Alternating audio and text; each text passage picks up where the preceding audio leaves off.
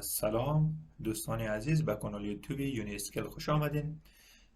من میرزا حسین نظری هستم و با اولین جلسه آموزش رایگان پایتون از مقدماتی تا پیشرفته در خدمت شما عزیزان هستم.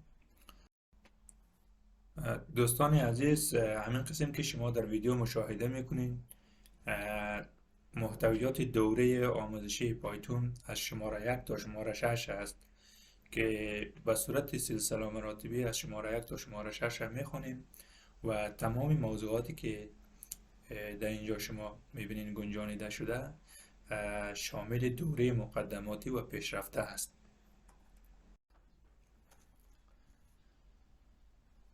دوستان عزیز، تاریخچه پایتون. زبان برنامه‌نویسی پایتون در سال 1989 توسط گوندون روسون در مرکز ملی تحقیقات و توسعه ریاضیات و علوم کامپیوتر هلند ابداع شد.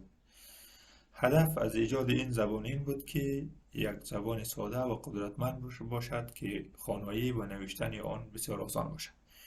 و در حال حاضر هم شما میبینید که پایتون یک زبان برنامه‌نویسی سطح بالا و شیگرا هست که برخی از ویژگی‌های پایتون به این صورت ساده هست، قدرتمند هست، چند منظوره است و کتابخانه های قدرتمندی داره.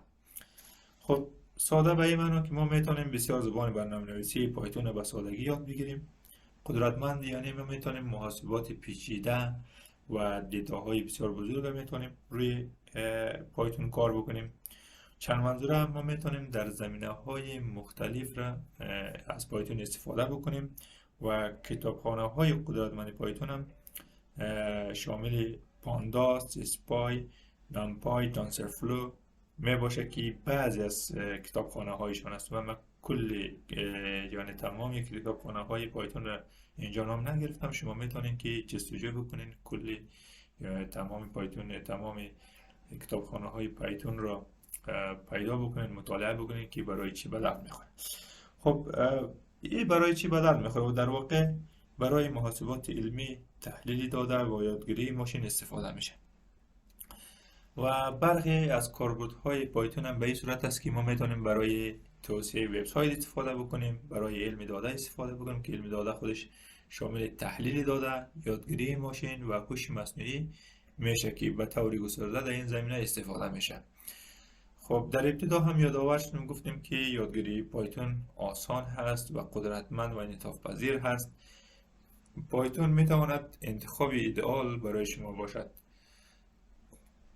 این ویدیو را در اینجا به اتمام میرسانیم. دوستان عزیز، اگر این ویدیو خوشتان آمد چینل را سابسکرایب کنید، ویدیو را لایک بکنید و در ویدیوی بعدی هم از نصب پایتون آغاز میکنیم. انشاءالله که به می صورت از مقدماتی تا پیشرفته در خدمت شما عزیزان هستم. شما رو به الله یکتا میسپارم.